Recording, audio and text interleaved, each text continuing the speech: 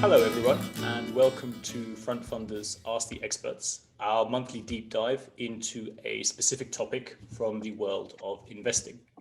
Along with industry pros, we take a thorough look at the topic, how it relates to what's going on in the world right now, and also answer any questions that you have about it.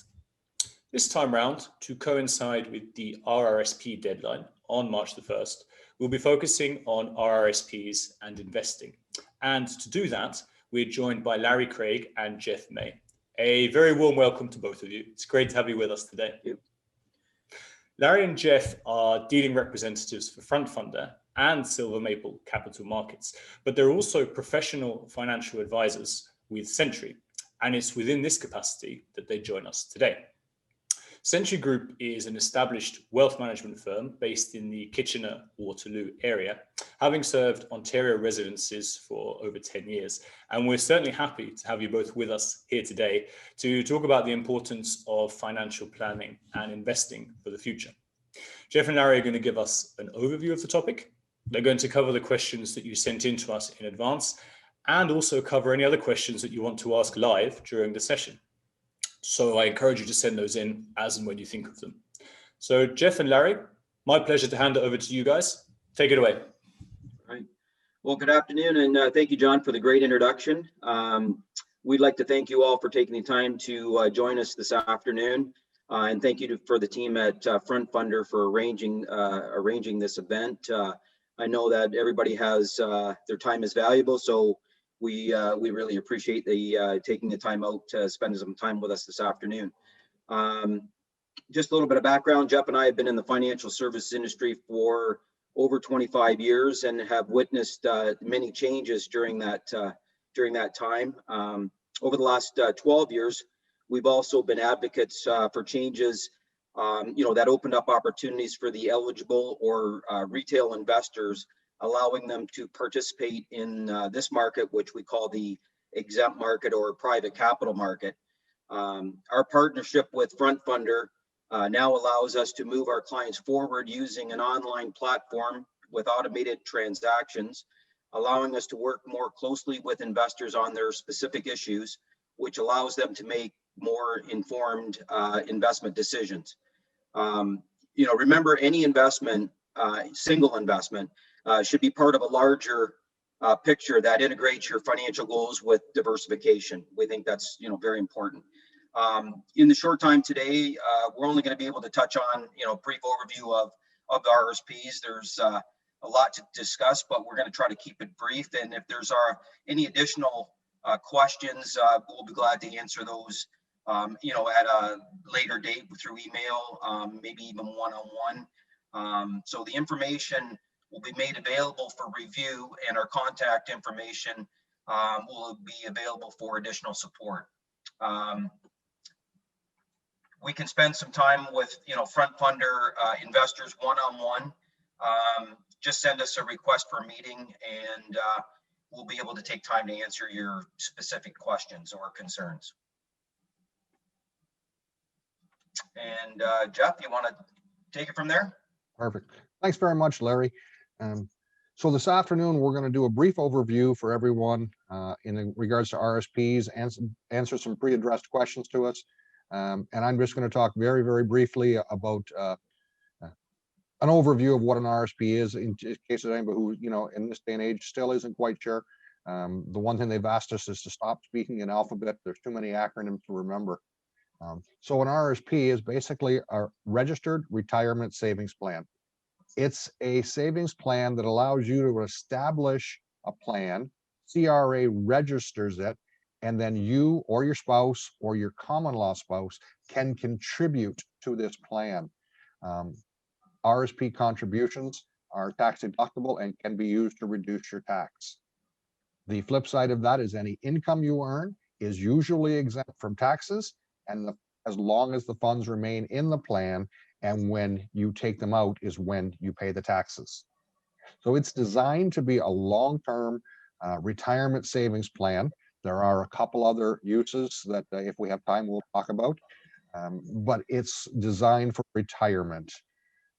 It can also hold many different kinds of investments, including cash, stocks, mutual funds, segregated funds, and of course, private investments that you're going to find on the platform with FrontFundr and Silver Maple.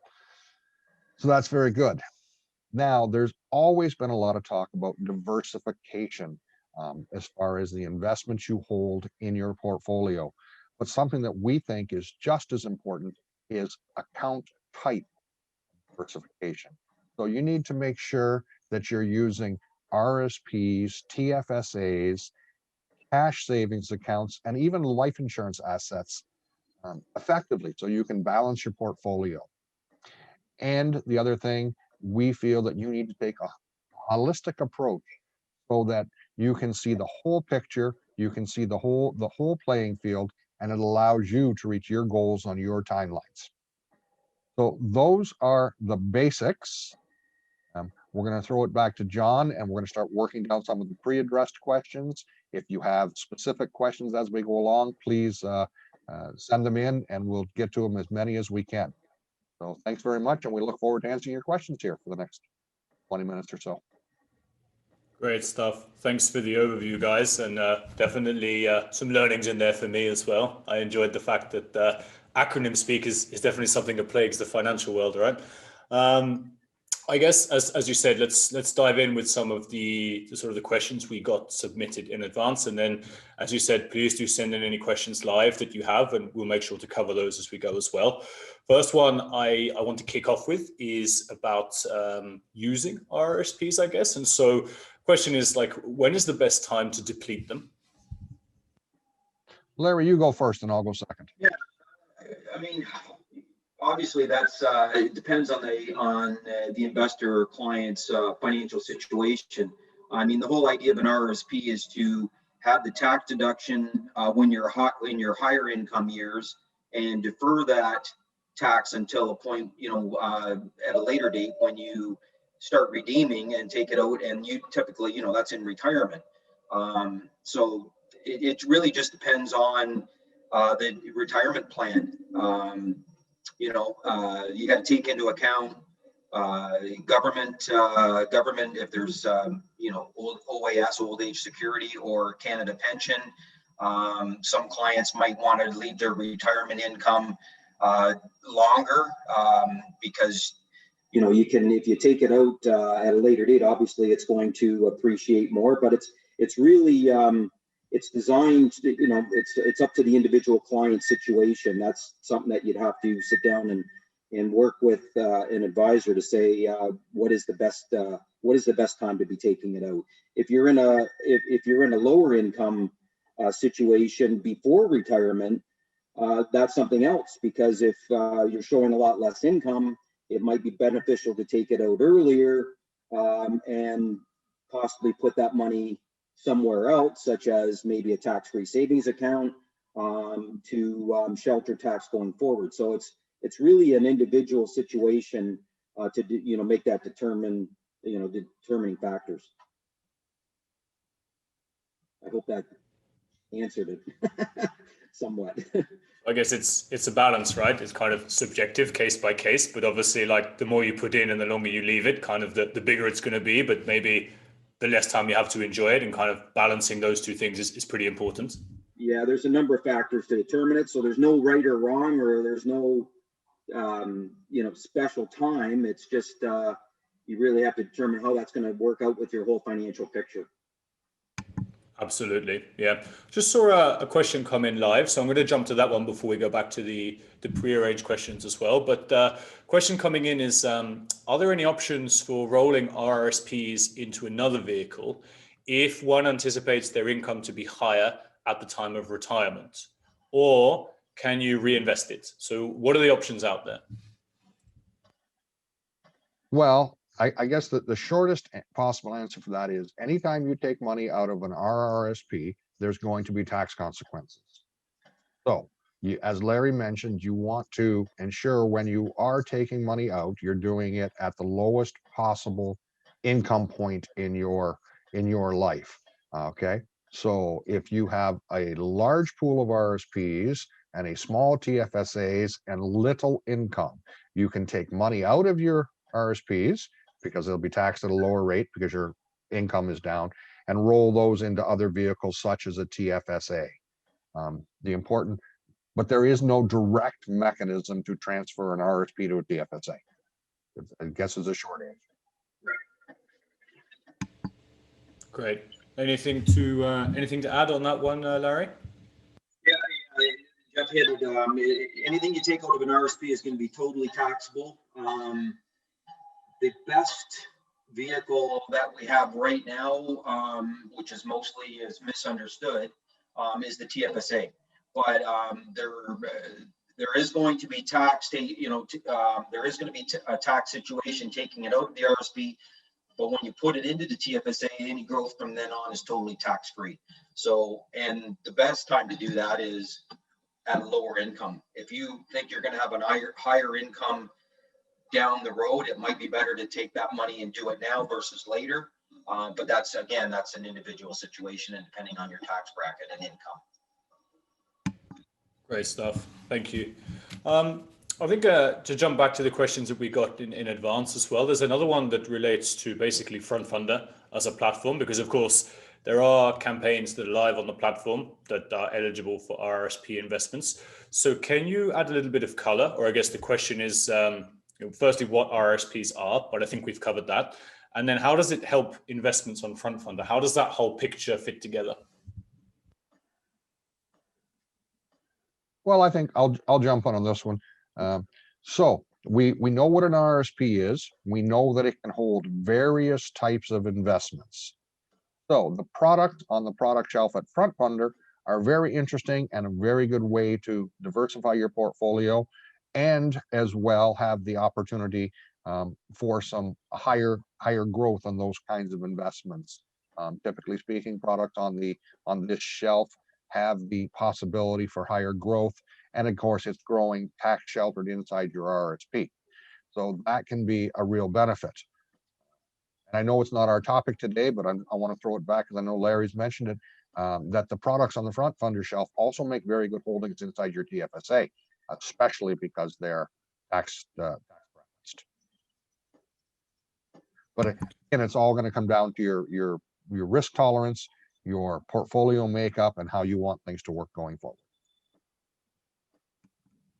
Thanks, Jeff. I think I'd like to come back to the topic of TFSA versus RRSP in a minute, because I know that's kind of a bit of one that could do with a bit of untangling as well. But another question that's just come in live is related to limits, I believe. So the question that's come in is the lifetime TFSA contribution still limited to $69,500? Which seems fairly low, is the comment that's come in. And any advice on other investment options besides RRSPs when TFSA is maxed out? Yeah, well, the limit now for 2021 is now up to 75,500, John. That was last year's 69.5. There's been an additional $6,000 this year. So anyone that is over the age of, anybody that's over the age of 18 as of 2009, because that's hard to believe they've been around 11 years, but or 12 years now. But if you were 18 as of 2009, your maximum amount today would be 75,500. That's per person. So for a couple, you can see it's a significant amount. Now it's 151,000. So if somebody didn't have a TFSA right now and they came into an inheritance or some money or saved up, they could put it into a TFSA and up to 75,500. That's going to be a whole different topic. I know we're talking about RRSPs, but you can see that TFSAs are going to be a significant financial vehicle going forward. And as Jeff mentioned, there's a lot of the products on the FrontFundr shelf are available inside your TFSA, so it's tax-free growth going forward. Any money, you don't get a tax deduction going in, but any money coming out is totally tax-free. So huge benefit. As far as other vehicles, I mean, you got to look at what's number one, situation for a client. I mean, what's their goal is if they're saving on taxes, if they're in a higher income tax bracket, and they're, they got a number of years before retirement, then RSPs, are number one.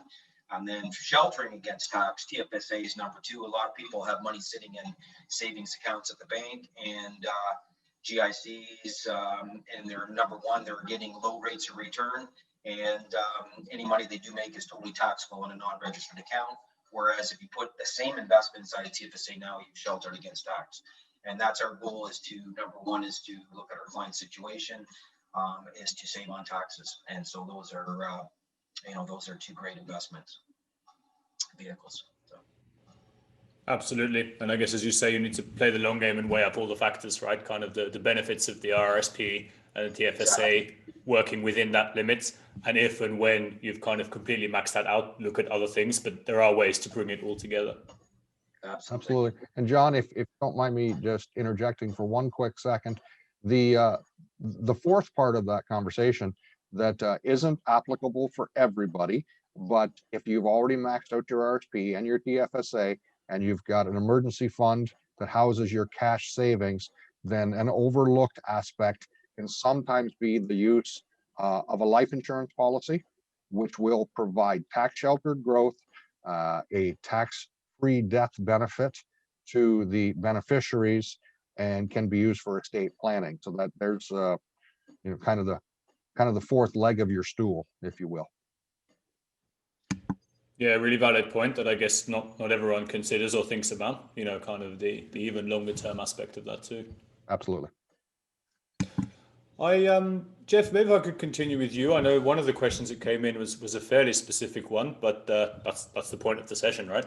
The question that came in was, should I move my 30-year London Life, Canada Life RRSP to FrontFundr investments for better returns, and how would I do that if yes? Okay, so I think my first comment on this would be, I don't know that I'd ever make an investment decision based solely on rate. Okay, yes, there is the opportunity for higher rates inside an exempt product versus what you have in your Canada Life product. But you may very well have bought that product for a very specific reason. It provided guarantees. It provided beneficiary designation. It provided, a long-term look for you. So there was a very specific reason you bought it. At least I assume there was a very specific reason you bought it, and there'd be a very specific reasons to move it out of there. Would you lose guarantees? Would there be any penalties for doing that? So that would be the first thing. And I guess my second comment would be, you have to look at this from the big picture, from the 40,000 foot view. How does any given part of this integrate into my entire plan? You may have something like a Canada Life annuity or something along those lines that provides a guaranteed amount in the future. That becomes the basis of your financial planning, and then the other stuff that you add alongside of it becomes the things that you use to get your growth and hit your goals in that regard. So it's not a simple yes or no. It's not a difficult thing to transfer an investment from one institution to another. It's basically a paperwork telling one institution to send it to the other. And in this day and age, most of them will accept documents signed by DocuSign. There are a couple that are still in the 1900s. They're getting there, but it takes time, right? Okay, now I just want to pick up, Larry, on something that Jeff said about making investment opportunities based on rates. Can you clarify for the audience what that means, kind of how that factors into a decision, and basically what rates mean and what people should look for there? Yeah, well, you got to look at rates of return, and you've got to look at what is your current rate of return on your investment portfolio. Rate of return easy would be, if you put $1,000 in and it grew to $1,100, well, you made $1,000, or you made $100, so your rate of return was 10%. We know that most guaranteed investments today are you're south of 1.5, under 2%, GICs, that type of thing. Savings accounts are nothing. So you got to look at, okay, where can I put my money to work harder for me? And that's where, again, it's based on risk tolerance and time horizon and, your goals, but there are ways to get better rates of return. And with FrontFundr and the products that they have available, there's potential rate of return. There's, mortgage investments that, we all know mortgages. Most people have one, and we know what we're paying. Well, why not participate and, make money from those, investing in those, and they're pretty solid investments. So you could get upwards of, 8% rate of return versus, what you're getting at the bank in a savings account. So again, it's all with the goals and the objectives of the client, but rate of return obviously is very important. The goal is to get the highest rate of return with the lowest amount of volatility or risk, and that's what we got to work with our clients to look at. Fantastic, thank you. Jeff, if I can jump back to you for the next question that we have is question about RRSPs tailored to startups or non-for-profits and charities. Can you talk a little bit about that space? Absolutely. So RSPs aren't specifically designed for that purpose, but they can absolutely be used for that purpose. So they have to be qualifying investments. And so, for instance, there are some startups and those kinds of operations on the FrontFundr website, and you can take full advantage of them as long as they're RRSP eligible.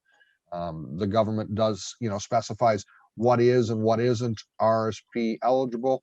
Typically speaking, if you can find it on a recognized stock exchange, then it's going to be considered eligible for RRSPs.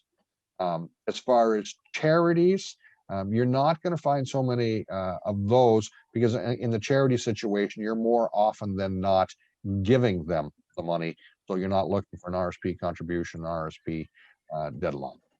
So in the charity, you're going to find that's going to be something you do on an ongoing basis for philanthropic reasons, or you make estate provisions for charitable giving at the end.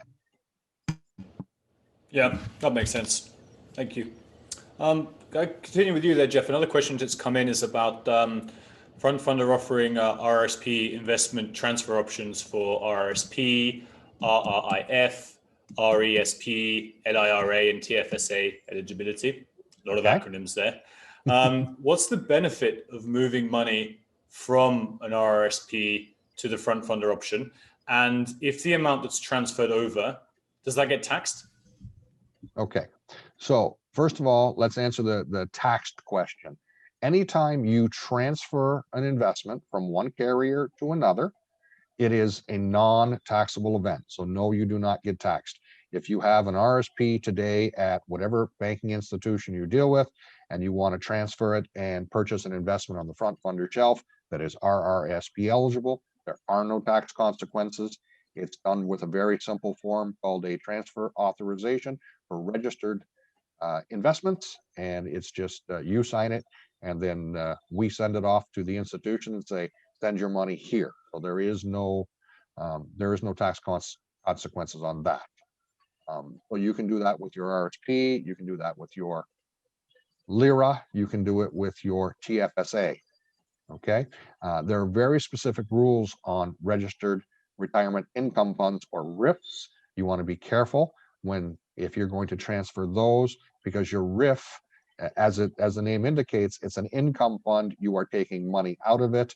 Typically speaking, you're going to find products on the exempt shelf that are non-liquid, don't generate income on a given. Some will, but for the most part, they're going to be longer term holds, so you can't take your income out of it. And once you turn an investment into a RRIF, there's what's called the RRIF minimum, which is the amount CRA sets that you must take out every year. So you want to be careful with that. And finally, you mentioned RESPs, which are registered education savings plans. Again, they have to be eligible on whatever you're going to do. The reason you do it is for the opportunity for higher returns. You've got your RSP and a GIC at you parked your money at TD Bank one year. Now you're looking, okay, I'm going to move my RSP into something that has an opportunity to make more money, and those would be the reasons you'd do it. But it's a simple process. It's a signature on a transfer form, and then after you pry it out of the bank's cold locked hands, we move it to FrontFundr. Fantastic. Thanks for covering that one, Jeff. I'm mindful of time here, so I'm going to dive in with another question for you, Larry, and then I'll hand the mic back over to you guys for some closing thoughts. But one that's just popped in is question regarding Larry. I'll give this one to you. Kind of growth above the $75,500 limit on the TFSA.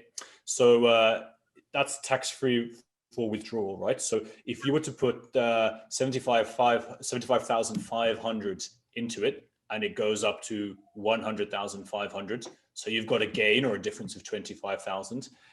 Can that 25,000 be taken out tax-free? Yeah, yes. Any money taken out of your TFSA is totally tax-free, and it doesn't affect them. This is going to be good for seniors down the road too. And it's not considered income, so it doesn't affect guaranteed income supplement, pensions. There's no clawbacks because it's not considered income. So any money above the that. Now, the only caveat with taking money out is you got to be careful with the over contribution, because you can take it out. Say we're in right now, somebody had maxed out 75.5 and they grew it to 100,500. They want to take 25,000 out right now to buy a vehicle, let's say, make a purchase, totally tax-free. And then they came into some money later on. Well, you got to be careful that you can put whatever you take out, you can put back in, but it has to be January of the following calendar year.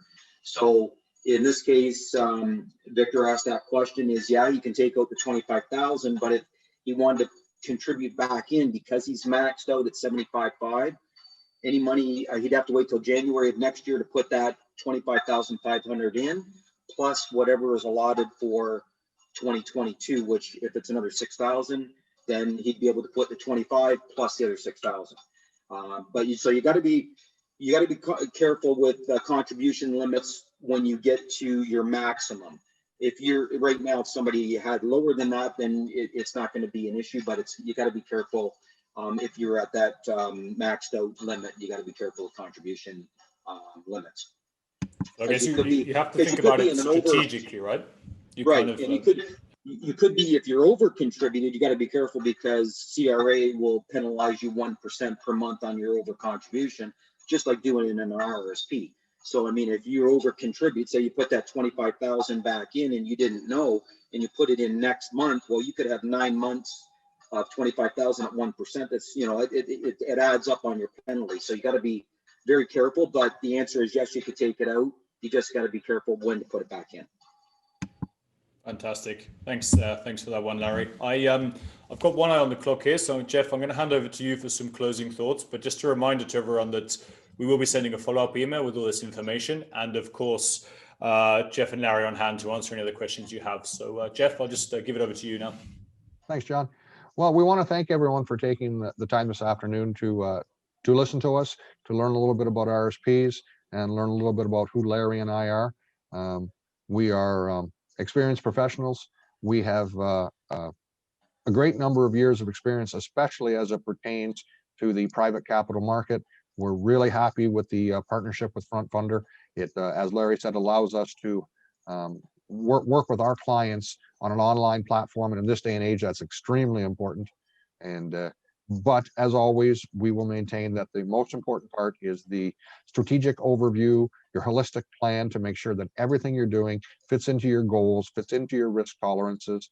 And I believe I heard the lady on the CTV news the other day, she strives to be boring, and so do we.